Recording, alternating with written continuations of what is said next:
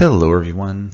Today's podcast episode is going to be featured on both of my podcasts, both the Overcoming Chronic Illness podcast and the Optimistic Future podcast. And I'm going to be the one that's interviewing myself today. Essentially, I have a little presentation that I put together on healthy habits to raise healthy kids. The reason that I feel that this podcast topic pertains to both podcasts is because having healthy kids is super important because having healthy kids will hopefully increase the likelihood of having healthy adults into the future and might minimize the risk of them developing a complex chronic illness. So hence the application to the Overcoming Chronic Illness podcast. And of course, there are some chronic illnesses that affect children as well, such as PANS and PANDAS, and there can be challenges with, say, a diagnostic label of ADHD, or it can be some health challenges if someone's on the autism spectrum or different factors like that. So there's kind of the Overcoming Chronic Illness podcast relevance. And then my other podcast, An Optimistic Future. I think that encouraging good health in our children is something for our children is something that's important for just our communities at large. When our kids are happy and healthy, then it allows the adults that are in charge of those kids, be it their parents or grandparents or guardians or other caregivers, to be able to focus on other things. Like goodness knows, in the past, some of my kids, I have three boys, sometimes they're like, oh man, like that cold's pretty bad. They've got, they're spiking a fever. Like it's stressful, and like just everything else, nothing else matters when your kids are, feeling unwell. And of course they've always been fine, thankfully. But I think having healthy children and just not needing to worry about the health of our kids, super important. So if we can kind of encourage those healthy habits, keep our kids as healthy as possible, I think that's important on many levels. And I think it has a relevance to the Optimistic Future podcast as well. So hopefully, regardless of which podcast you're listening to, you'll have some interest in this topic, and I'll try to share the information that I think is relevant. The reason that I am put this presentation together myself, I'm not really interviewing myself. I normally interview other people, of course, for the podcast, but the reason that I'm doing this talk myself is because I've been, for folks that follow me on the Overcoming Chronic Illness podcast, you're probably aware I've been a naturopathic doctor now in practice for about 15 years. So I have a lot of experience working with many patients over the years, thousands of patients, but many of those patients have been pediatric patients, and either patients who have just more, shall we say, run-of-the-mill health challenges like eczema or constipation or asthma or things like that, which of course some of those conditions can be quite serious, not downplaying that at all. But in contrast to, say, more severe challenges like, say again, kids with autoimmune inflammatory issues, juvenile rheumatoid arthritis, neurodevelopmental issues that are challenges, that type of thing. For folks who are listening to this interview through the Overcoming Chronic Illness, or too many podcasts, through the Optimistic Future podcast, then now I'm a naturopathic doctor. I've been practicing for about 15 years, and that's why I feel I have a good amount of authority to talk on this topic. This episode was inspired by one of my employees, actually. I was asking her about her thoughts about the Optimistic Future podcast, actually, and she was saying, I just would really love to hear an episode about more about like healthy diet options for kids. And so anyways, I started thinking about the episode. It's like, well, I think maybe just talking about kind of healthy habits in general, and then sat down, put together this little PowerPoint, and it bloomed into what it is here. So anyways, that's the background, and that's why it's going to be featured, or that it is now featured. By the time you're listening to this, it's no longer in the future. It'll be featured on both podcasts. So without further ado, let's jump into this. So as folks who listen to my Overcoming Chronic Illness podcast episode, or who follow me on social media would know, I put out this disclaimer all the time. I usually don't have to for the Optimistic Future podcast episodes because we're not talking about health-related topics, but just where we are in this case. I will mention here that the content in this podcast episode is for informational purposes only and should not be construed as medical advice. If you need medical advice, please speak to your healthcare provider to provide that advice, or to obtain, rather, that advice. So a quick rundown about what we'll talk about here, or what I'll be discussing here. So dietary considerations, again, inspired by my wonderful employee. The important, excuse me, the benefits of outside time, minimizing chemical exposure, movement, screen time, and something called attachment parenting.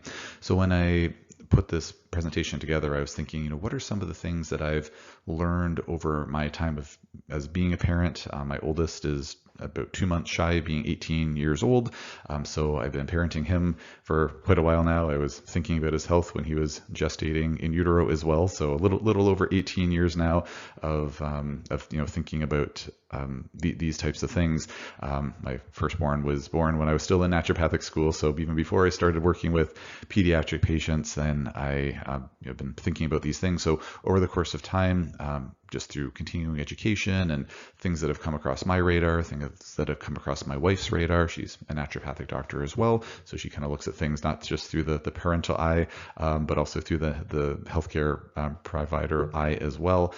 These are some of the things that I think are I'm the most pleased that I learned about, either through my clinical practice and clinical experience, or just through other learning outside of that, and then just seeing what are the things that seem to have seemed to have been the most impactful or important for my ability to parent as well as I feel like I can, and also for the health of my children, and hopefully encouraging their health into the future. Also kind of retroactively looking at some of the things that may have impacted my health or my wife's health or some of my adult patients' health, and then looking and seeing how, it probably would have been a good thing if our parents knew about these things, which of course life is a journey, and can't know everything out of the gate, certainly. So we just always do the best that we can as parents, and this is this was kind of the mindset that I had around compiling this list. So certainly not an exhaustive list of all the things that I think are important for kids, but these are some of the more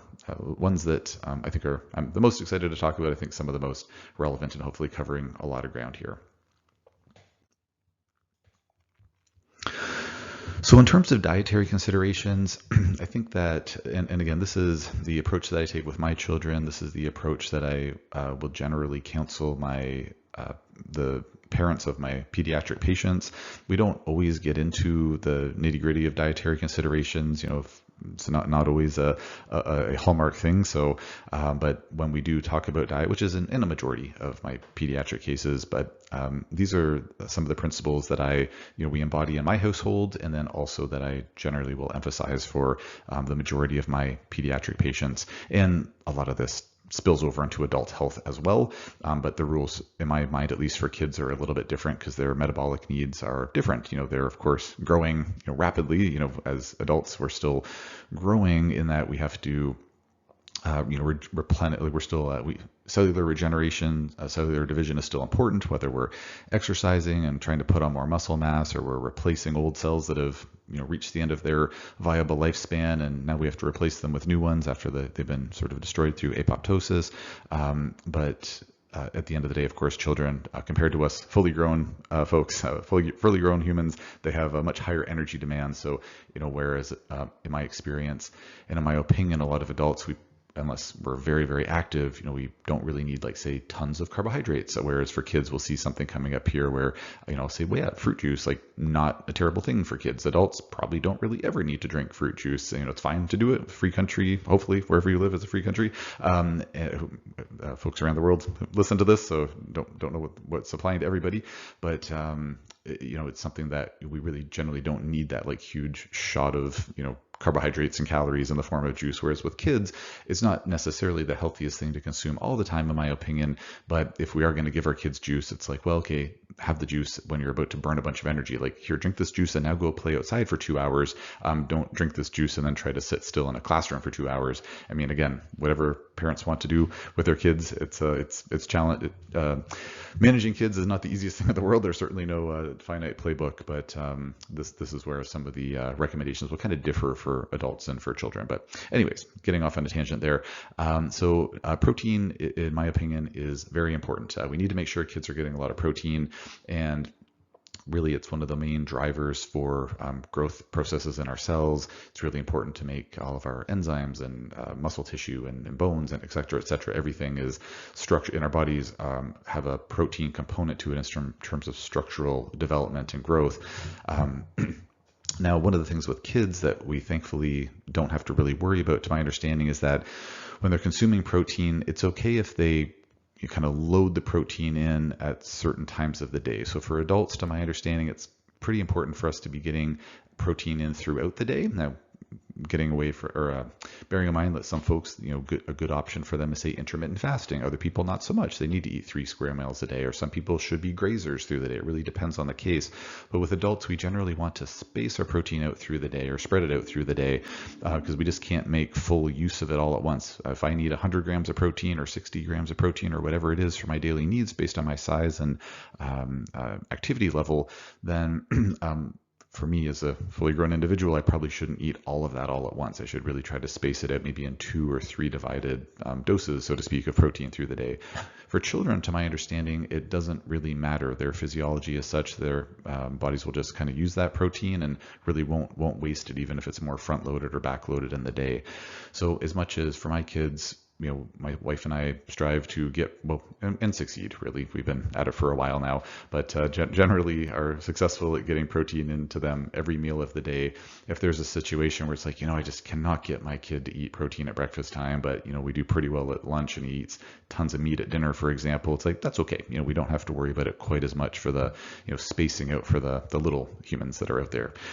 So protein is important though. And so when my wife and I are structuring meals for our kids, then it's kind of like, okay, let's start with the protein because that's what we feel is the most important, and then we'll add the fat and carbs and thinking about micronutrients and whatnot on top of that. Another, I think important principle, I'm sure this isn't a surprise to anyone, but refined sugar is not healthy. Trying to minimize our intake of refined sugar as a species, I think, is probably a very, very good idea. That's a huge topic, but I think the sort of discussion is fairly settled that we're all quite aware that refined sugar is not healthy. So that would be, our cane sugar, high fructose corn syrup. If on the label it says glucose, fructose, or sucrose, these are refined sugars. So trying to keep those to a minimum as much as possible, I think, is important. I do have some thoughts that I'll share here in the upcoming slides about, thoughts around what's a good, what are healthy or good options for, say, breakfast, lunch, dinner, snacks, that kind of thing. So we'll see that there are refined sugar-free options there. I think that organic is worth considering, or at the very least trying to consume spray-free foods, if possible, vegetables if possible.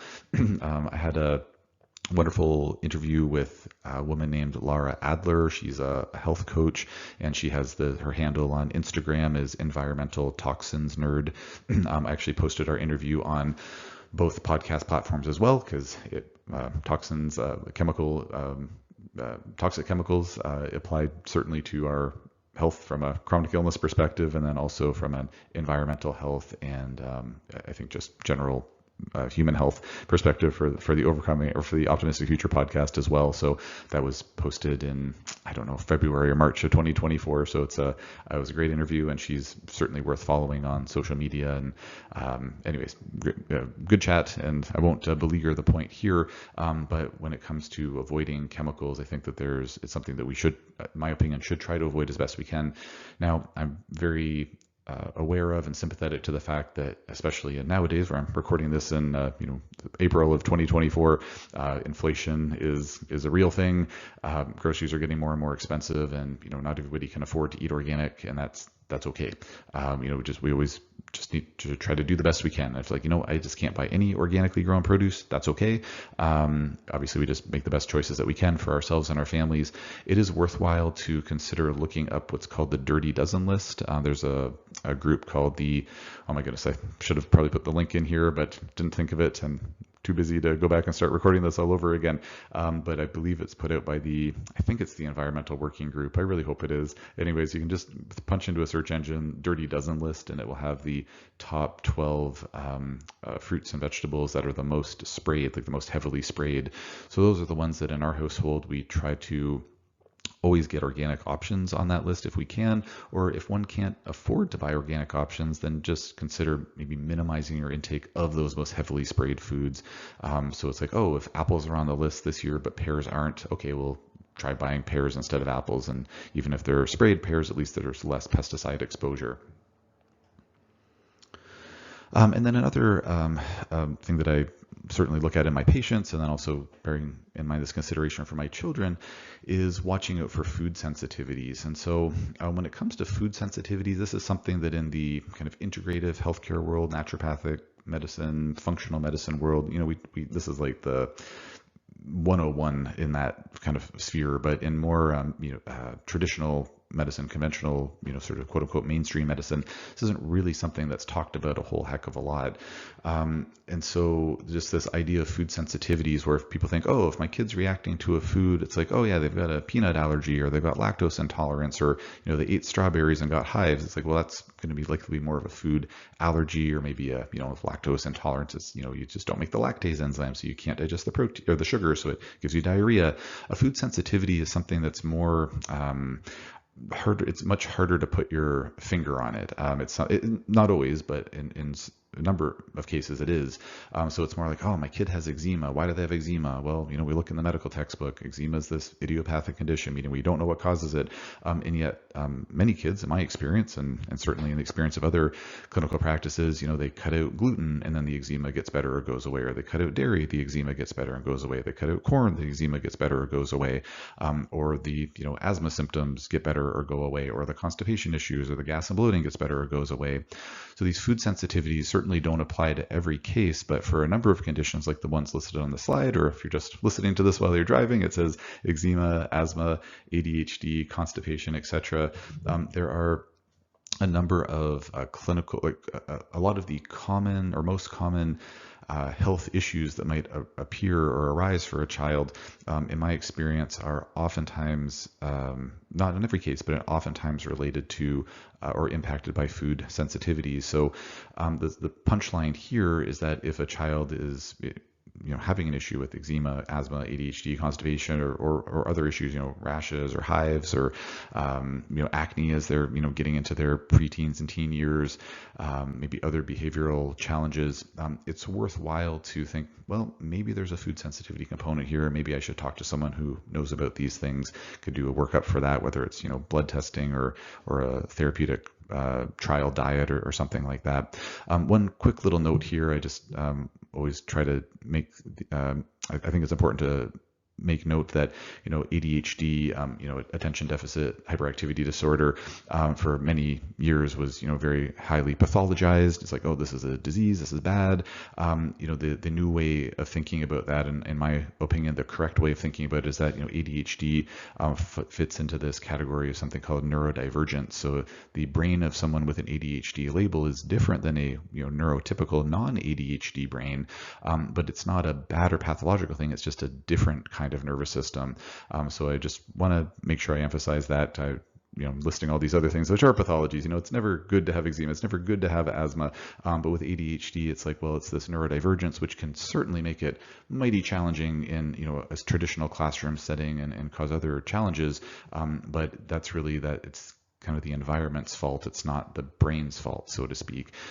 With that being said, there have been a few research studies showing that when food sensitivities are identified and eliminated, then the pathological, or I should say the problematic issues associated with, or that folks with or children in these studies with an ADHD diagnosis experience, are better. So it's like, oh, with ADHD, like I can hyper-focus on things, I can be more creative, I have all these good things with my brain, but it's harder to focus in class, like on, or I'm more easily distracted by sounds, or I need to get up and move around more. Well, sort of those more challenging features that some individuals, some children with an ADHD label have, can be ameliorated. So it's like, oh, I still have all the benefits of my, special, actually advantageous ADHD brain, but without the pathologic or the sort of problematic issues that can come along with that, so to speak. So you kind of have your cake and eat it too. Special enhanced brain, and it's not interfering with day-to-day life as much. So that's just a little clarification on that.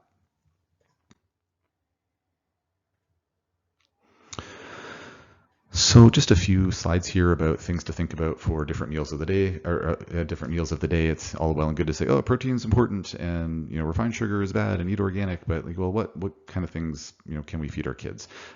So for breakfast, and this, if memory serves, was what my employee was specifically saying, like what do I feed my kid for breakfast that doesn't have sugar in it? So there are some good options out there, in my opinion. There are low sugar cereals that are available. Like, for example, my one little one, he loves these organic cornflakes. I personally feel that it's important for my family, at least, to purchase organic corn, because the non-organic corn is genetically modified, and whether or not a person's concerned about having genetically modified food in their body is one thing, but those genetically modified grains or other substances like soybeans or whatnot that are genetically modified, they are sprayed with Roundup, which contains a chemical called glyphosate. And just looking at the research literature, kind of the emerging literature on that, I'm just not comfortable with feeding my children foods that have glyphosate residue in them. I think it's, quite frankly, very bad for us, and I have a lot of concerns about it. So I'm just specifically mentioning here organic cornflakes. If a person said, I can't afford to buy those organic cornflakes, that's okay. There's other, grains would be an option. It could be non-organic rice puffs. I mean, with wheat, it is one of those things where preferably it would be organic, because even though wheat's not genetically modified, to my understanding, it's typically sprayed with glyphosate as a desiccating agent to help with its harvesting. So, organic corn, organic wheat are the ones that I think are the most important to pay attention to. But other grains, if it's like, oh, it's non-organic oats, oats. I wonder what oats taste like. If it's non-organic oats, I don't think that that's a particular problem, or not as much of a problem necessarily. There wouldn't be glyphosate involved in that, for example. So if a person was to use a low sugar cereal, like, they could sweeten it themselves, or like my little guy, who's pretty picky. He doesn't have like these, completely dulled, like weird naturopathic taste buds. Like, oh yeah, we'll just get him like, roots out of the ground, and he's happy chewing on those. Like, no, he's pretty picky. Love him to pieces. He's pretty picky. So with him, he has his organic cornflakes. We put unsweetened almond milk on there. We put blueberries on there, and he's just happy as a lark, eating those. But for other kids, especially if they're kind of used to, like, oh, I'm used to eating, regular Cheerios or Fruit Loops or something like that, and it's like, oh, we're going to try to phase them into something like this. You could always add some sweetener to the milk. So in the past, and for various reasons, in certain contexts, we've added like a little bit of pure maple syrup or a little bit of honey. So at least we're getting what I feel are, a healthier sweetener in the mix, as opposed to the refined sugar, which also, to my understanding, a lot of sugar cane is also desiccated with glyphosate, with Roundup. So there's that pesticide component there too with standard sugar. There's also, at the grocery store, other places, low sugar waffles, breakfast bars, muffins, or pancakes. I have a couple of slides coming up with some recipes that just out of my I have some handouts, recipe handouts for my patients, so I just cut and pasted a couple of those. Smoothies can be a good option. Not every kid likes them, but it's a really, if they do like them, it's quite a, I think, tasty way to get good nutrition into a child. And so just a simple recipe would be unsweetened almond milk, a banana for the sweetness, some kind of fruit, so strawberries, blueberries, whatever it is, or actually nut butter. My oldest, I don't make smoothies for him anymore because he's certainly well equipped to make his own breakfast nowadays. But we would actually add, he loved these peanut butter banana smoothies. Like, they're really, really tasty, kind of like a peanut butter milkshake, very, very nice. And then you can add protein powder in there as well. So you're getting the protein, there's no refined sugar, and it can be a good option. It's nice to have a bit of variety for our kids, I think. So I could, once upon a time when I was in charge of breakfast, my wife is in charge of the kids' breakfast now, most of the time except on the weekends. But anyways, doesn't matter. When I was driving the boat, it was, smoothie, a couple of days a week, and we'd have, oatmeal a couple of days a week. And then I'd make them pancakes on the weekend when it was just the oldest one kicking around. So it's nice to have some options to kind of switch things up. We don't have to feed our kids the same thing every day. And then, what about that protein? So yeah, the smoothie, protein powder, wonderful. But what about the non-smoothie days? So there could, of course, be scrambled eggs, fried eggs, whatever. Eggs are a good traditional protein source in Western cultures. I think they're wonderful and delicious, but it doesn't have to be eggs.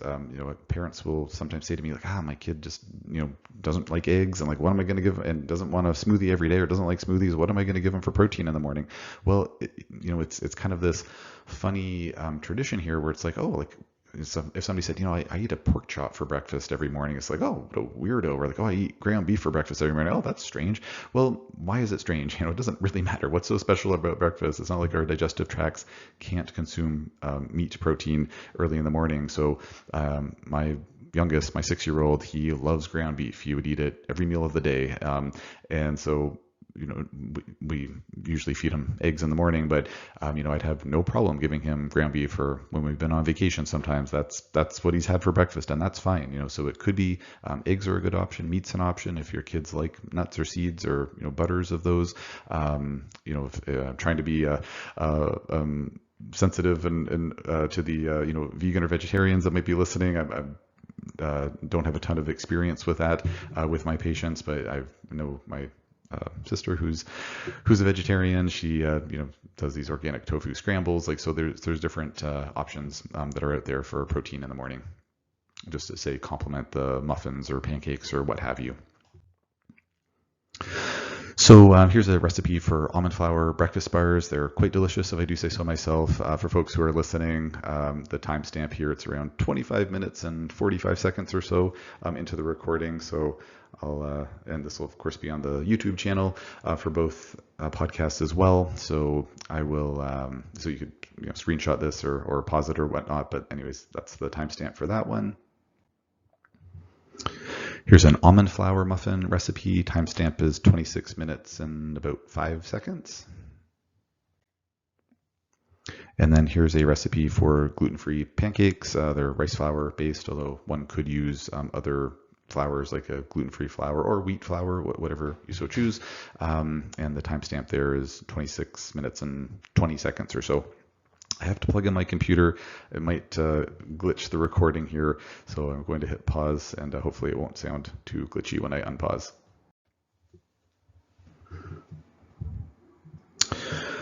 All right, and then some thoughts about dietary considerations for lunch. So again, some type of protein, meat, nuts, seeds, beans, lentils, that type of thing. So there could be bread involved, whether it's wheat or gluten-free or low carb, like kind of a keto bread or paleo bread as it's sometimes called, which would be more almond flour based as a rule, or maybe psyllium husk based.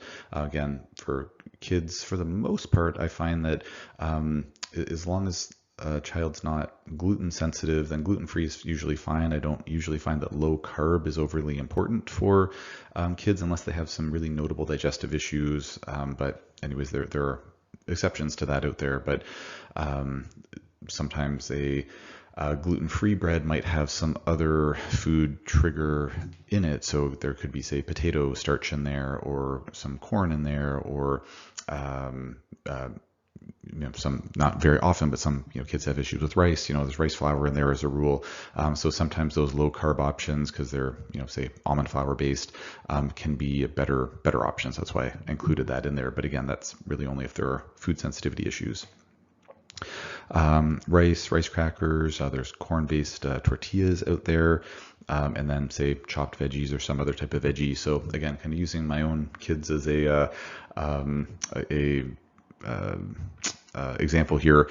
So, common lunches for them would be having some type of meat. So whether it's ground beef or it's, chicken that's heated up from the night before, or, sometimes we get shaved deli ham from a local farmer, Amy Hill's farm. So Amy was interviewed on my Optimistic Future podcast. I think she was episode number 2, if memory serves. So she has a wonderful, small scale farm at here in Nova Scotia, here in Canada. And anyways, so just a little plug for that episode and her farm. Just wonderful pork products that she raises with love and care. And it's a wonderful place to get meat from, and eggs and veggies and things like that. So they'll have some type of meat, and then usually we they'll have some type of carb. So whether it's, rice crackers, maybe a tortilla thing, it might be heated up rice from the night before, maybe noodles from the night, noodles from the night before, and then some type of veggie. So whether it's, chopped carrots, chopped cucumber, they love squash soup. So sometimes it's squash soup, sometimes it's cooked beets from the night before, sometimes it's sweet potatoes. So those are just some common lunches that they would have.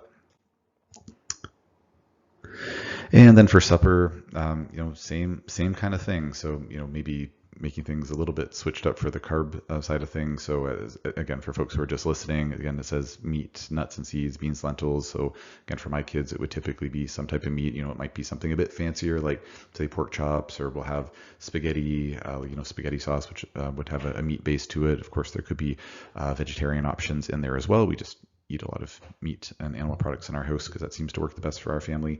Other sides could be, again, rice again, could be potato, could be sweet potato, maybe organic corn, maybe pasta, whether that's, wheat-based pasta or gluten-free pasta. So some type of carb there.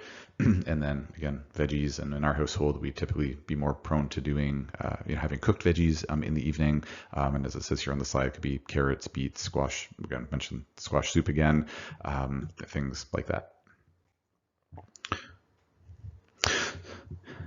And for snacks, so just, little thought-provoking question here. It just says, what is the culture around snacks or dessert in your home?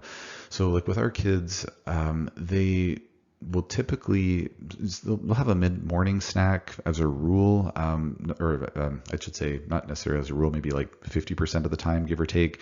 And I have some snack examples here coming up, but they don't really snack a lot through the day. And I think in large part because they have really balanced meals at each meal of the day. I think that what I've seen in my pediatric patient population and certainly in my adult population is that a lot of folks, pediatric or adult, they don't eat enough protein in the morning. Sometimes don't eat any protein in the morning. It's like, at least not enough. So it's like, I'm gonna have my bowl of some traditional cereal, maybe with some cow's milk. So yep, you're getting some protein in there with the cow's milk, but not enough by and large. And then of course, a couple hours later, like, I'm hungry, and so there's a snack, and that's fine. There's nothing. I mean, when it comes to snacking, I think especially for kids, it's all good. Kids are just meant to grow, so I don't think we can really go wrong with the snacking. In most cases, there are exceptions to that, but I think that it speaks to in some cases, speaks to the nutrient composition in the meals of the day if snacks are something that are really desperately needed. Again, it's okay if kids are snacking, and not giving any health advice here or anything like that, but it's just something to think about where it's like, if there's an observation like, we really haven't been getting that much protein in with breakfast, it has just been kind of like more of a carb centric kind of extravaganza, started eating more protein. Little Bobby doesn't really, seem to need a snack, mid-morning, or doesn't seem to be needing to snack as much. That can make a significant difference, I think.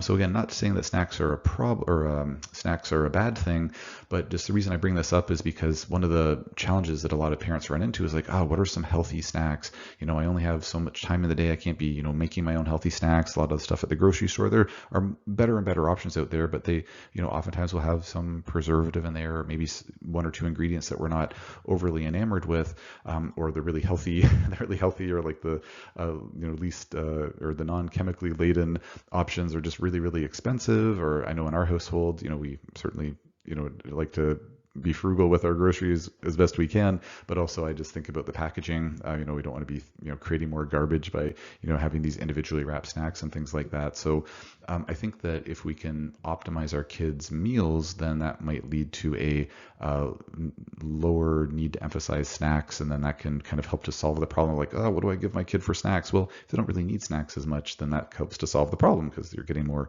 nutrient density in those meals potentially. I mentioned here about dessert as well, because that can can be another challenge. If the culture in the home is that like, oh, there's always some dessert that's sent with a school lunch, or there's always a dessert after supper. I mean, that can get really challenging because yes, there are healthier alternatives in my opinion for desserts, but these are things that are either again going to be very expensive to be buying them pre-made, and even in those healthier options, they're not perfectly healthy. You can find a gluten-free, dairy-free, refined sugar-free ice cream, for example, at the store made of say coconut milk or something like that, sweetened with maybe like agave syrup or something like that. But is it really like the healthiest thing? Maybe not the healthiest thing. Maybe it's a healthier alternative for some people, but maybe still not the healthiest option. So one of the things just to consider is, what is that culture as far as dessert goes? And it can be tricky when there's already a sort of dessert culture in place. Trying to, taking things away is challenging when it's like, oh, we want to take this really good thing away.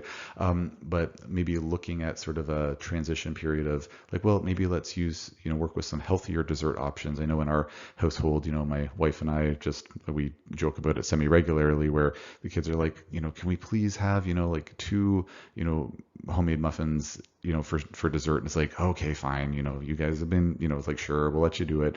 Not all the time, but this time. And then we look at the ingredient list and it's like, there's bananas in there, there's almond flour in there, there's, some eggs in there, and then we usually can get away with, around half, if not even less, of like the called for sweetener, which is typically honey or pure maple syrup. And it's like, it's really not an unhealthy thing. So they're getting a healthy dessert. They're really excited about it. And, they're not actually getting something that's, objectively bad for them or unhealthy for them. So phasing into like, healthier options over time could be something to think about, or, maybe kind of modifying that culture around the dessert where it's like, well, we don't have to have dessert, say every meal. Maybe it's like, we're going to do this, every other day or something like that. So what are some options for snacks? So there's good old fruit, whether that's, just fresh fruit or frozen fruit or say dried fruit. So fruit's typically a pretty fan favorite. The aforementioned muffins or bars can be an option for snacks. In our households, when we're traveling or just, maybe a couple times a week, the kids will get some extra rice crackers or tortilla chips. And then they could just have more of lunch or dinner. So, favorite thing we'll do is, it's like, oh, they have their, post supper muffin or whatever it happens to be. And then like, I'm still hungry. Like, can I have another muffin? It's like, well, how about you have another serving of, have another quarter serving of your supper. And then let's see if you're still hungry. And then I'm sure any parents listening are like nodding their head like, yes, that is a litmus test. It's a tried and true litmus test of like, is the child actually hungry? Because you don't want to deprive your child of food. But, of course, once you start eating the sweeter stuff, then it's a lot easier to, the taste buds are like, oh, another muffin sounds great. Another, healthy cookie sounds great. Whereas like, I don't really want more pork chop. Okay, I guess you're not actually hungry.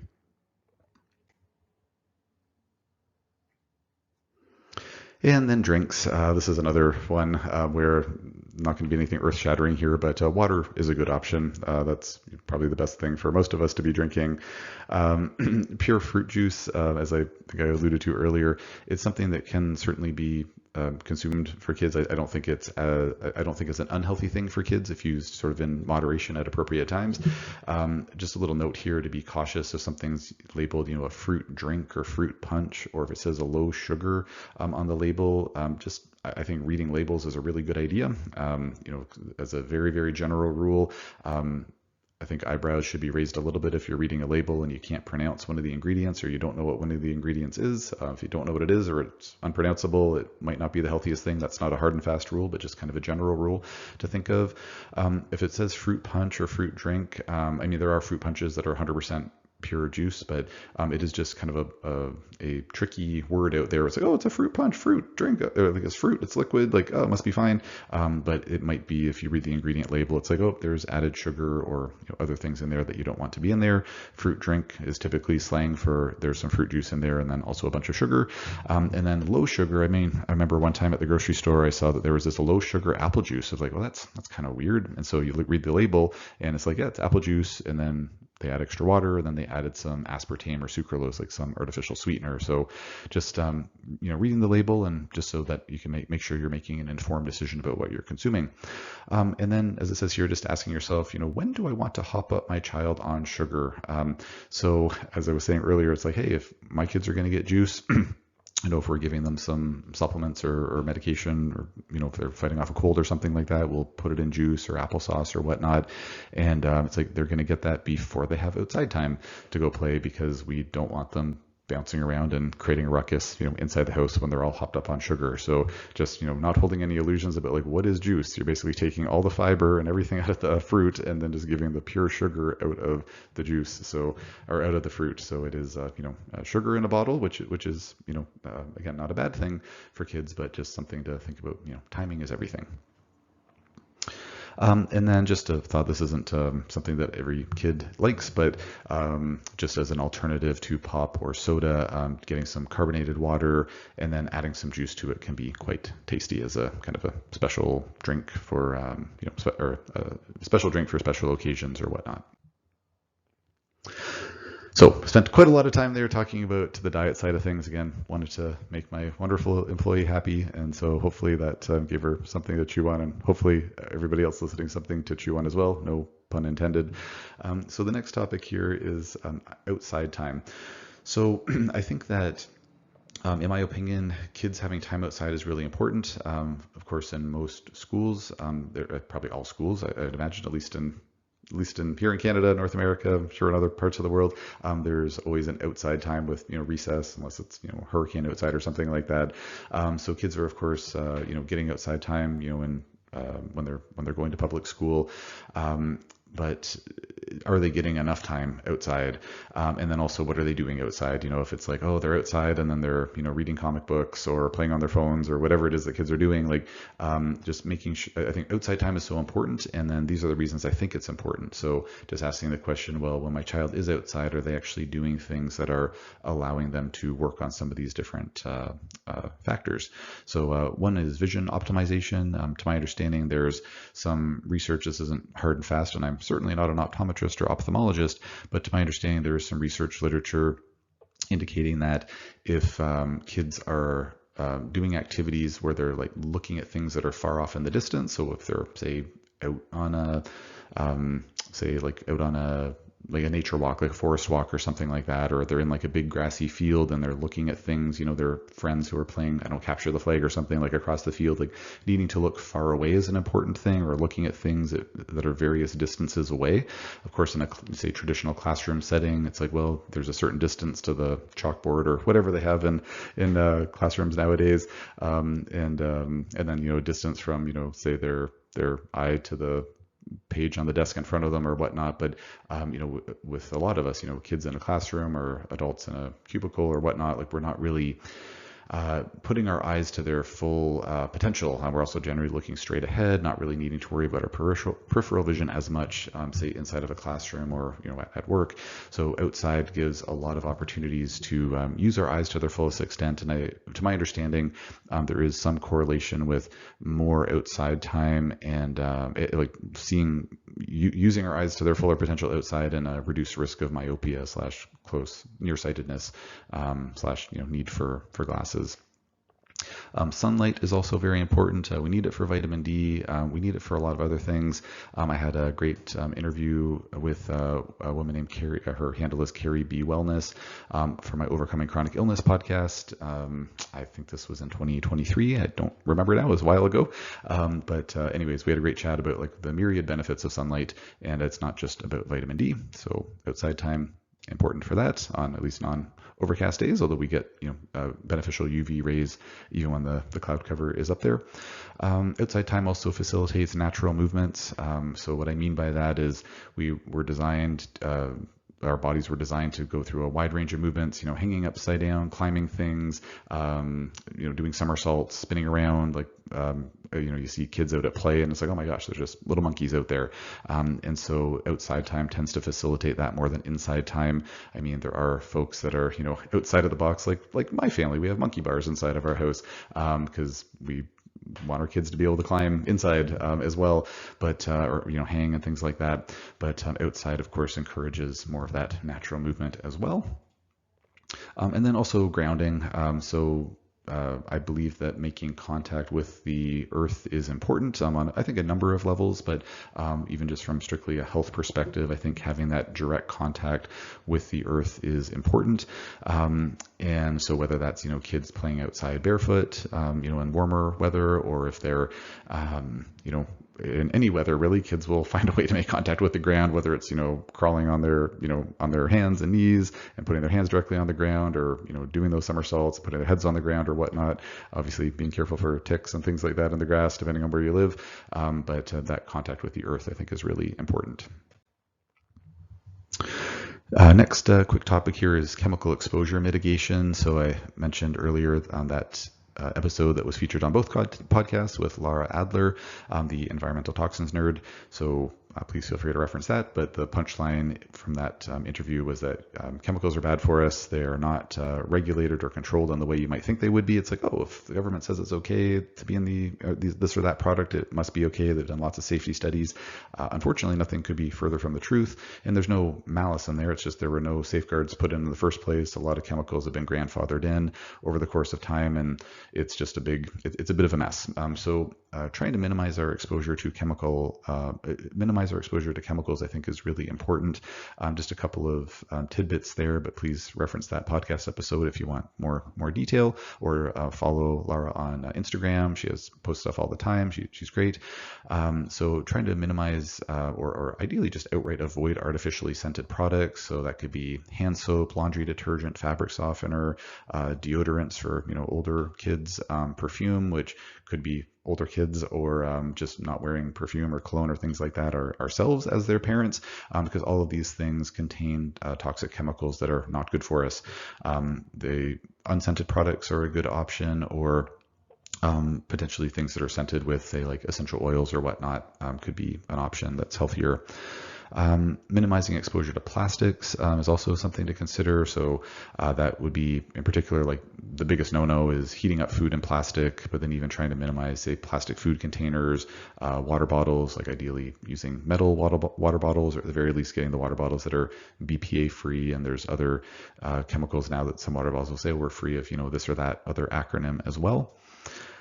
And then trying to minimize pesticide exposure. So that would be kind of circling back to the organic food if possible, or trying to at least choose like the lowest spray foods possible, and that, avoiding the dirty dozen list as best as one can. And then also minimizing pesticide exposure in, say, your lawn, preferably not using any pesticides at all on one's property for various reasons. My very first episode of the Optimistic Future podcast was an interview about No Mow May, which is basically this campaign that's been kind of going around for years now, saying, like, don't mow your lawn in the month of May, don't do any yard work in the month of May, because it inadvertently destroys the habitat of pollinators that aren't quite ready to come out of hibernation yet. But tied in with that as well would be, trying to minimize pesticide use, because we don't want to, kill those critters that are so important for the survival of us and our planet. We don't want to be, using pesticides to kill the bees and kill the butterflies, etc., because they're obviously really crucial. If you've ever seen the bee movie, it's really not good to kill off bees and other pollinators. And then one of the things that Lara had mentioned during our interview, which I just don't really ever think of, because I don't know anyone who wears shoes in their home, but I understand some people do wear shoes in their home. And so when we are wearing shoes in our home, then that's going to bring in the chemicals and toxins and whatnot from outside. So if we're walking on the road where there's, tire rubber and, exhaust and all these different things, we just don't want to be tracking those chemicals throughout our homes. So just ideally taking shoes off when we come into our homes. So a note here about movement. So movement for kids, really important for adults as well. ultimately any movement is good movement. So, it's like, my kid just likes riding their bike and that's all they do. It's like, you know what? That's great. A heck of a lot better than sitting on a couch and not moving. Or my kid, just likes going for walks. I mean, I don't know many kids who just like going for walks, but if they're out there, like, great, it's good to do that. But ideally there'd be a variety of movement. As I say here on the slide, think full range of motion. So thinking like, okay, it's great if kids can jump and climb and tumble and run and bike and swim, and as much different movement as possible, I think is really, really good. I think it helps to optimize our lymphatic system flow in our bodies. I think it helps to strengthen our various joints and keep our mobility up. It's obviously good for our cardiovascular systems. Really encourages that growth hormone to be working as well as possible, so kids can reach their sort of physiological, full physiological potential as best they can. So movement is wonderful, and so just kind of, I know as parents, we have so much going on, many of us are very, very busy, just maybe taking a moment to think like, well, what kind of movement does my kid do during the day? And it's like, they don't really ever hang upside down. They don't really ever, climb things, or they don't, really do somersaults or this or that, or, like, oh yeah, I don't know if my kid really knows how to, throw a ball, overhand well or something like that. Just thinking about some of these movements that if they aren't getting a really, really full palette of movements, just think about, okay, well, what can we sort of work on here? So that's just some food for thought there. So again, any movement is good movement, but just thinking if there might be any sort of a key area that might be not being utilized, then that's something to think about. And then just a little reminder here, this is more getting into my own, I don't want to say personal philosophies. It's not like I made this up, but I don't know how widely accepted this is, but so just a little reminder that little humans are little mammals. That's not controversial. We all know we're mammals and humans are little versions. The kids are little, of course. But just what I'm kind of emphasizing here, or what I'm wanting to bring up there, is that mammals in general, when you look at cute little videos on social media or wherever, little mammals, like oftentimes they're tumbling, they're roughhousing a bit, they're wrestling a little bit, and that's something that I've heard some compelling opinions, which basically just talking about how if kids don't have sort of access to that sort of more like, I don't quite want to say rough and tumble play, because rough can sort of have a negative connotation to it, but if they don't sort of have access to that sort of like, horsing around sort of play, then it might be something that's actually developmentally detrimental to not have access to that. And again, this is not an area that I specialize in. This is just something that I've incorporated into my own parenting philosophy, just listening to other folks who do know about these things more than I do. And I think it is just something to consider. So there's one family that I knew, and they really didn't do any kind of wrestling or whatnot with their little guy. And then that little guy hung out with my boys who do nothing but wrestle. Basically, they do lots of other things, but they love wrestling with each other, with me, their older brother. My two younger ones are 6 and 8, and they've been, as soon as they were big enough to roughhouse, they were doing it. And so this little guy spent some time with my kids, and they had the best time, roughhousing a bit. And then I kind of got in on it. And anyways, after that, like the parents saw like, oh my gosh, like he loves this. Like he started asking for it, and they're like, okay, we're going to start doing this. And then now they do it on a regular basis, and he loves it. And who knows, maybe that will have zero impact whatsoever on his life one way or the other. Or maybe it's a really good thing. When we do roughhouse, there are so many, nerve endings that are stimulated. We, work on our balance and our proprioception and all these different things. I had a wonderful interview with a woman named Rachel Harrington. Her Instagram handle is Sensational Brain. That's her company. She has a company of the same name. We talked all about something called primitive reflexes and sensory integration issues. It was on both podcast platforms, if I didn't mention that, or both podcasts featured this interview. And when I've been following her for quite a while, and her and others who talk about when kids do have these kind of nervous system processing challenges, the therapy for that is doing different exercises and whatnot, but a lot of them have to do with just certain movements and being sort of touched in certain areas, like along, say, the length of the spine to like kind of stimulate the spinal nerves and whatnot. And it's like, that's all stuff that just happens naturally with, more, quote unquote rough and tumble play. So I just think about that and say, every other mammal does that. Like all the little baby mammals, cute little bears and dogs and cats and whatever, they all do it. And I think our kids need to do it too. And then just, again, all very anecdotal here, but my kids and I have been doing jujitsu for quite a while. Jujitsu, if you're not familiar, it's kind of like wrestling combined with judo. It's kind of like it's a grappling sport. And I, help to teach some, like I assistant instruct or one of the helpers at the classes sometimes, and I'm always watching my kids, even if I'm not helping out with the classes, as I just love watching them in action and all that. And like there's just kids of every shape, size, gender, ethnicity. Like it's just such a like a mix of like every kid of every walk in life you can think of, and like they, not every kid in the world goes to a jiu-jitsu class, but just the fact that like, the kids just really seem to love it. And I think it's, anyways, maybe built into our DNA or something like that, but just, little plug for that quote unquote rough and tumble play. Question mark here saying says barefoot is best, question mark. I think that there's a very strong case to be made that trying to be barefoot as much as we can, or using what they call minimalist shoes, which enable us to kind of have our cake and eat it too, and that we're not barefoot when it's snowy outside, or we're walking on rocks, like sharp rocks or something like that, but these minimalist shoes which allow our feet to kind of try to maintain their normal biomechanics while still wearing a shoe, I think, in my opinion, is best. So either being barefoot if we can, or if not barefoot, using minimalist shoes that still encourage the natural biomechanics of our feet, I think is really important for a lot of reasons. There's a wonderful, brilliant woman named Katie Bowman. She's written many books, one of which is called Whole Body Barefoot. She is on my bucket list to have as a person to be interviewed. Just haven't reached out to her yet because I don't know that my podcast is popular enough to warrant a guest of her caliber, but we'll see. Anyways, a little bit of, I'll be a little starstruck because my wife and I have been following her for a long time, and she, anyways, her and others, but her book, so she's has, I believe, a PhD in human biomechanics, and her book, Whole Body Barefoot, really changed, I'll say changed my life, changed my wife's life as well, in that it really,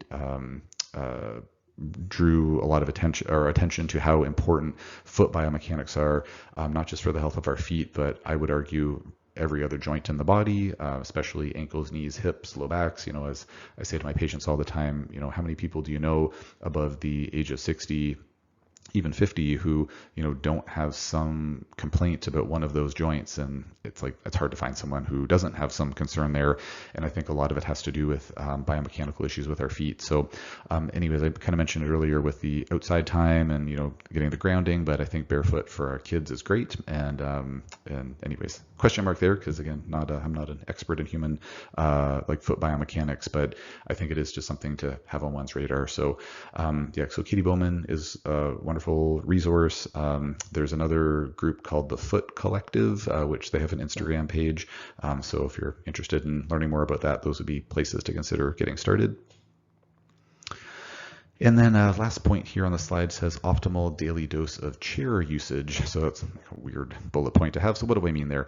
What I mean is that, to my understanding, sitting in chairs is not very good for us. When we sit in chairs, it allows, or it makes our lower body muscles weaker because we're not engaging them. So if you're not, using it, you're, at least not gaining there and maybe losing it a little bit.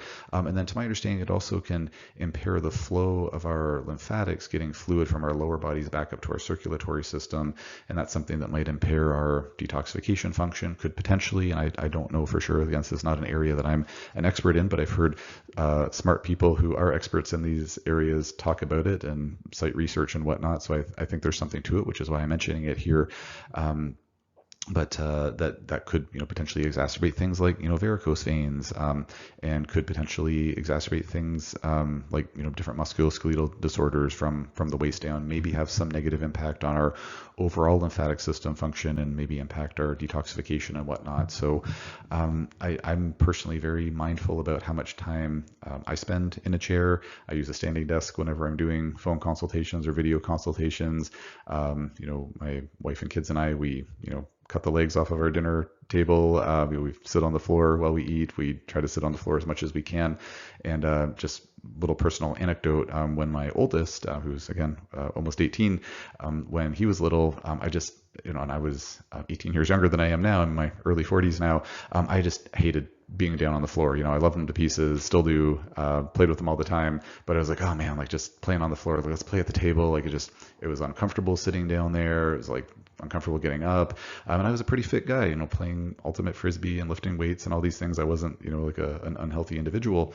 But then once we started sitting on the floor all the time, which we probably started doing maybe 10 years ago now, there was a transition period of maybe a couple of months where like, oh, this is kind of uncomfortable. And then now it's like no problem at all. Like my core muscles are stronger. My quad muscles are stronger, just getting used to getting up and down off the floor. So just thinking about chair usage. So how does this translate into kids? Well, of course, in traditional classroom setting, they're sitting in a chair. So just thinking about like, oh, if we're gonna do, say we're gonna play a board game, in the evening, well, maybe play that board game on the floor, which is maybe good for the kids, good for the adults as well to practice some non-chair time as well. So that's what I'm referring to there.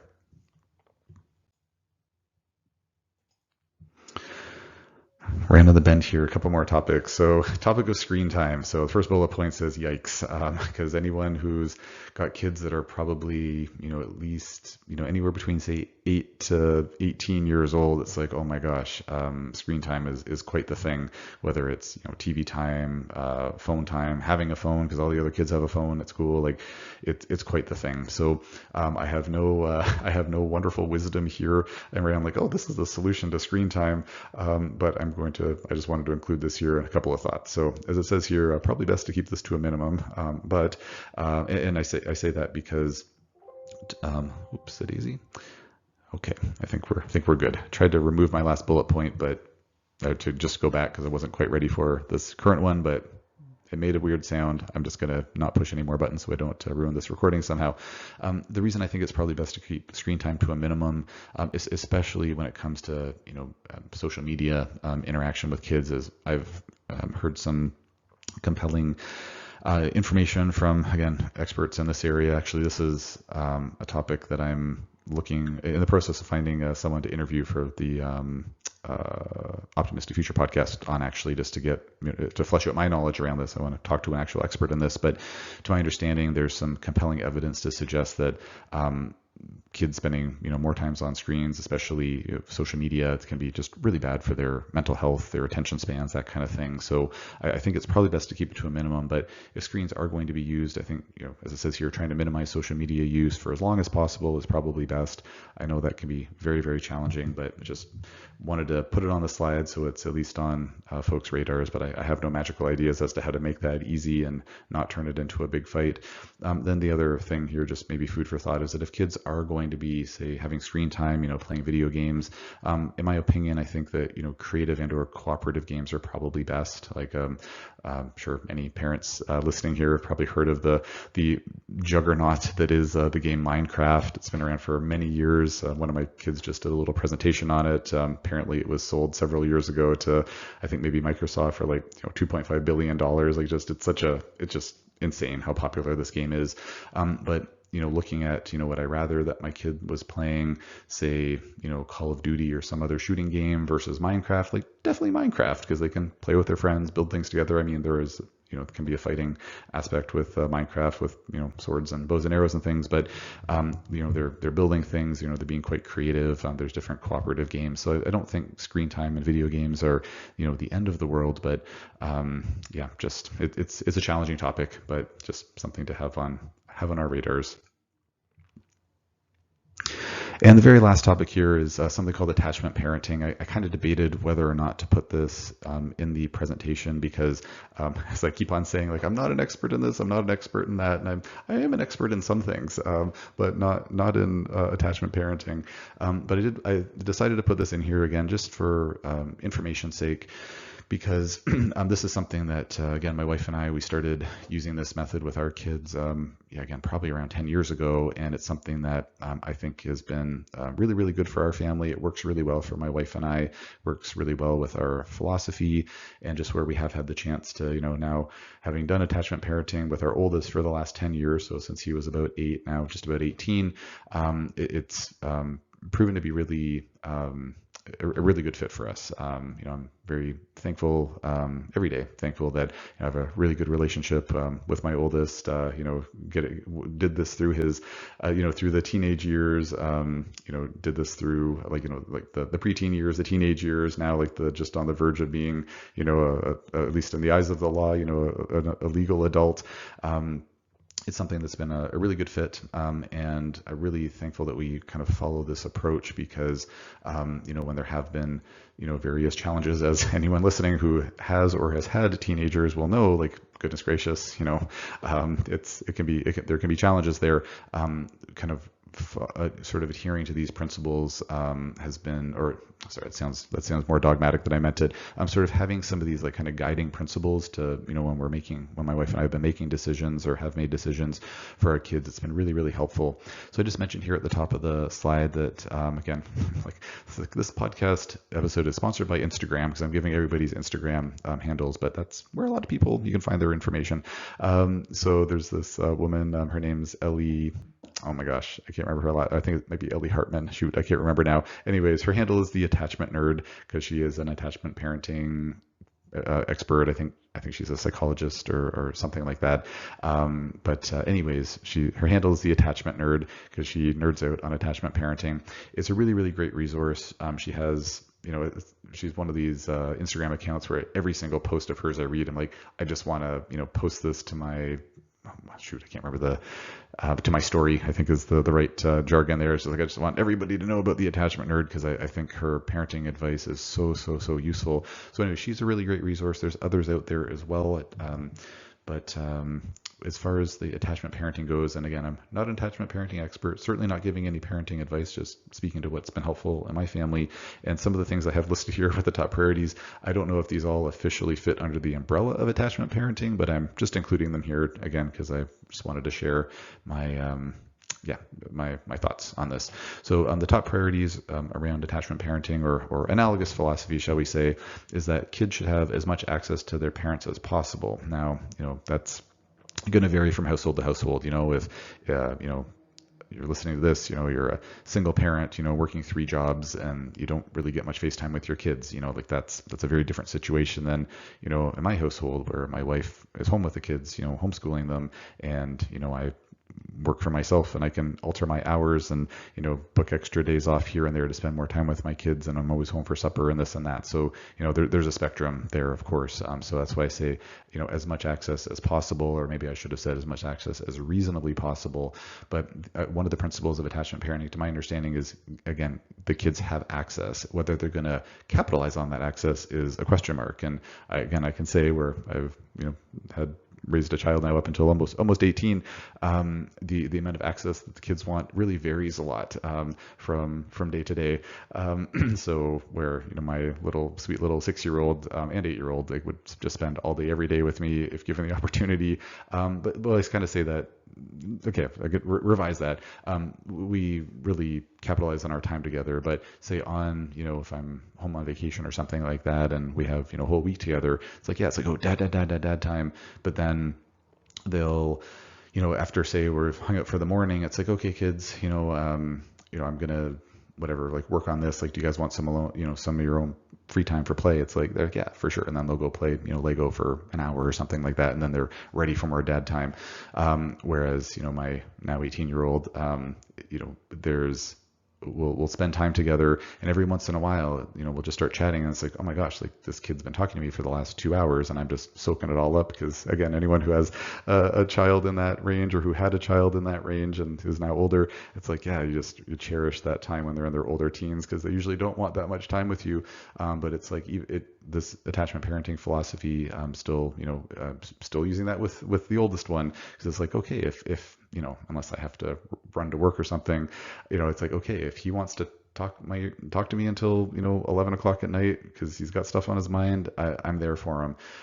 Or if he wants to talk for 10 minutes, it's like, okay, he's going to be the top priority. If I'm like, okay, the kids are Skyping with my mom who lives in Ontario and she's reading to them over Skype. Okay, wonderful. I've got my like hour and a half on Sunday afternoon to, actually get caught up on some stuff, get caught up on some emails. And then if my oldest, comes into the room and he's like, oh, Dad, like I want to pick your brain about, he's doing a carpentry apprenticeship, so he wants to talk to me about that, or some logistical thing, or his taxes or something. It's like, yep, I'm just there. It's like that's it's just like this default mode in my mind where it's like, okay, if it's within my power, nobody's going to be killed or maimed. I'm going to just I'm going to give them the attention that they need when they need it, sort of thing. So anyways, again, going to be different for different family situations, et cetera, but just again, kind of having it like as I phrased it earlier, kind of like a bit of a guiding principle of like, okay, my kids need access to me. I'm going to, within reason, like, give them the access to me, or they're going to have as much access to me as possible in terms of what they need. And then when they have that access, to my understanding, again, listening to the Attachment Nerd and others, then like there's just this balance. I think there's this fear, and I think I believe it's unfounded. I mean, I understand where it's coming from, but I believe that it's unfounded. And I'm, again, I'm not an expert in this area, so I could be certainly wrong with this, but I've kind of heard the fear before, this concern before, of like, well, if I give my kid, like too much access to me, then they're just going to want more and more. And like, I gotta live my life too. I gotta do this and that. I need, some time to myself or whatever. What I can say from experience is that the amount of attention or access that kids want, it does really vary quite a bit. And I think that if we give kids the access that they are, if kids have access when they want it, then there's going to sort of be this balance where, again, there's some days where my two youngest, like, they're just happy to go play and they're doing their thing. And my wife and I are like, really? Like, we just get to kind of hang out, or one of us isn't on kid duty. Like, this is amazing. And then other days where they want us all the time. So I think that the concern that like, oh, if my kid has too much access to me, they won't learn how to, not need access to me. I believe that, to my understanding, that's not a well-founded concern, and it's something that if we give kids access when they need it and want it, then they're going to figure out how to regulate how much access they actually need to us, and to my understanding, that helps with self-esteem and developing in other relationships, might help to minimize the risk of, becoming overly dependent on another person. Or anyways, again, this is not my area of expertise, but check out the Attachment Nerd and see what you think, or some analogous expert in this. But anyways, that's one of the top priorities. Another top priority here is something called referred to as natural consequences versus punishing kids. So what that basically means is that, okay, say a child, I don't know, keeps leaving their bike up front. They keep forgetting to put their bike away, and like, you got to put your bike away, like we don't want it to get stolen or whatnot. And so they just keep forgetting their bike up front, keep forgetting it up front. Well, you could, as a parent, like, we could just straight up punish them and say like, well, okay, you don't get as much screen time, you have to go to bed early, like whatever it is. Like, it could be, more of like a arbitrary, like, punitive course of action. Or it could be like, okay, you keep forgetting your bike up front. We're really worried it's going to get stolen. What we're going to do is we're actually going to take your bike away for, 2 days. And then you're going to see what it feels like for it to be stolen, because this is what we're worried about. And if it gets stolen, we don't have the money to buy another one right away, or we don't want you to have to spend all of your, savings, on a new bike. So let's, we're going to put this away for a couple of days and then you can see what that's like. And then let's see if you can take better care of your bike, because then you'll know what it would be like to have it stolen. And then, kind of see how that goes. And maybe the kid, does well for a couple of weeks, and then they forget it outside again. And like, okay, you left it outside again. We're going to take it away for, 3 days, and then let's see how it goes. So just where, one could, devil's advocate, it's like, well, you're still punishing them. It's like, yeah, it's, a natural consequence still isn't any fun. I mean, our oldest, when, we, again, incorporated this 10 years ago, he's like, you're still punishing me. And it's like, no, I understand you don't like this, but like, this is a natural consequence. Like it's an important difference. It's not just semantics. But what we found, like my wife and I have found, is that was a much more effective approach to take than, just kind of a more like, okay, you're getting a timeout, it's like you're just sitting in a corner. You can still certainly use timeouts. This doesn't have to be an all or nothing thing, but just thinking about the natural consequence approach, something that's been quite successful for us. We've been really happy with it in our house. Another component of attachment parenting, to my understanding, is kind of this guiding principle is preserve the relationship as a top priority. So this is something that I think applies at all ages, but I think there's a greater, a more obvious application, like as kids are getting older. So like an example around that would be, so if as parents we say to our kids, like you can tell me anything. If you have a problem, like let me know, what's happening, and like I'm here for you. You can tell me anything. You can always come to me with anything. And then if the child, comes forward and says, okay, I started smoking, or I don't know, I stole $50 from somebody, or I don't know, they come forward to you with something, that's really tough as a parent, because on the one hand, you're like, okay, I'm really glad they came to me and told me about this, but then that's also not okay. And like, depending on the circumstance, like our knee-jerk reaction is like, you must be punished. This is terrible. I taught you better than this. And so with attachment parenting, again, I'm not saying any of this is easy, and I'm, again, not an attachment parenting coach, but to my understanding, like an approach, and that using an attachment parenting approach would be, okay, top priority is preserving the relationship. I'm really glad you told me about this. As I said before, I've told you many times, you can come to me with anything. Let's figure this out. Like why are you smoking? Like, why did you take the money? Like this and that. Because if the next step is like, I'm glad you told me, but like now you're grounded for the next month, it's kind of like, geez, like that's, the message to the kid is going to like, maybe I can't tell mom or dad or caregiver about everything, because then I'm going to get grounded for a month. So it is a tricky thing to balance. And, devil's advocate to that would be like, well, yeah, if you're not going to punish them, they're just going to do it again. And again, it's a tricky balance, but again, where we need to make our choices as parents, what type of approach are we going to take? What type of approach are we going to use? Again, the attachment parenting has just been hands down the best approach for our family. And again, looking at resources like say from the Attachment Nerd or others, kind of getting a bit of, or there's attachment parenting coaches out there, psychologists like Ellie from the Attachment Nerd, offering these different services. It's not something that we just have to like, read like an inspirational Instagram post and then just kind of like figure it out yourself from there. There are additional resources there, ebooks, this type of thing, but that's just an example of another, I think, to my understanding, core principle of attachment parenting. Very last thing here is to, as it says here, work on your own quote unquote stuff so your kids don't have to. This is a tricky one. This can stir up a lot of things, and this also doesn't have to be an all or nothing overnight change that has to be made. But what I can say from personal experience is that there were a number of times, this is something that comes up with younger kids as well as say preteens and teens and older teens, but things that will make a parent mad or get really upset or really trigger them about something their kid's doing. Again, speaking from personal experience, and then also just seeing things by proxy, reflecting on my own childhood, looking at examples on Instagram posts from the Attachment Nerd and others. In many cases, the things that really trigger us the most about our kids have a lot to do with how we were raised, or baggage that we have, or preconceived notions about things that may be related to that topic, for example. And basically by kind of working on ourselves, by kind of processing or integrating some of the traumas from our childhood, or challenging factors from our childhood, or other stages of life or whatnot, kind of basically, as it says here, working on our own stuff. By doing that, then and if I'm paraphrasing here, but my take-home message from I believe some attachment nerd content and maybe from some others is that if we work on our own stuff, then our kids don't have to do it for us, and that can be like a really, really tough thing to hear and a tough big pill to swallow.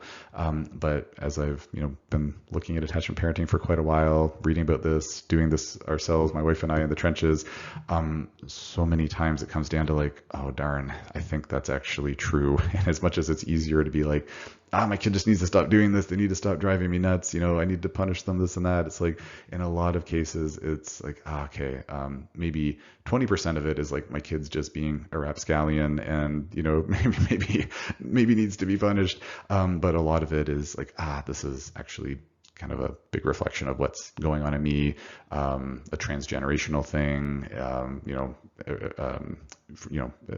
within a person's family, anyways, I'll leave it there because, again, not my area of expertise, but this is just another component of attachment parenting. So if you're listening to this content from this slide, which I see here has been going on for about 16 minutes here, then I think looking into attachment parenting further, if it's something you're not already familiar with, is something worth looking at. Again, I just can't say enough good things about it. And I'm a very open-minded individual.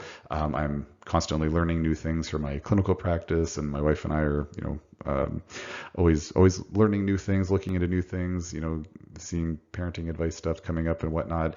And if there's a better system that comes up, we will happily jump ship. But I just haven't seen anything better. There's been nothing that's a better fit than the attachment parenting model for our family. So that is why I have this slide here. Yes, and there are other things. So there's an etc. there as well. This is not everything that attachment parenting embodies, but to my take-home message is these are the main things. All right, last slide. We're all done. I hope that this podcast episode was of interest. I hope that, if you made it this far, you gained something from listening to all of this. Again, I think raising our kids, it's our greatest responsibility as parents, greatest joy as parents, and we want to do everything that we can for our kids. So these are some of the, I think the most important things that I can think of that's been helpful for me raising my kids.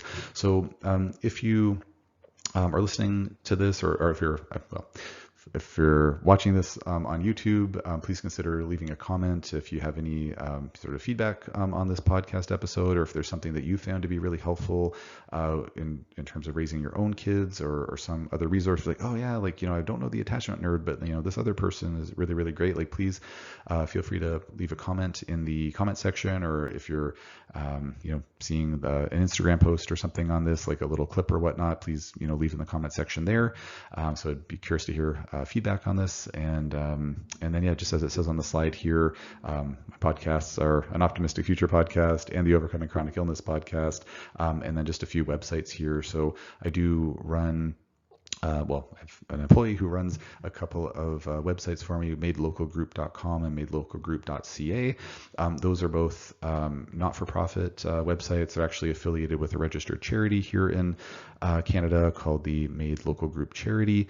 And we're raising money with that charity to basically combat child poverty in Canada. Eventually, branch that out to other countries as well. Probably the US would be next, and then maybe other places from there.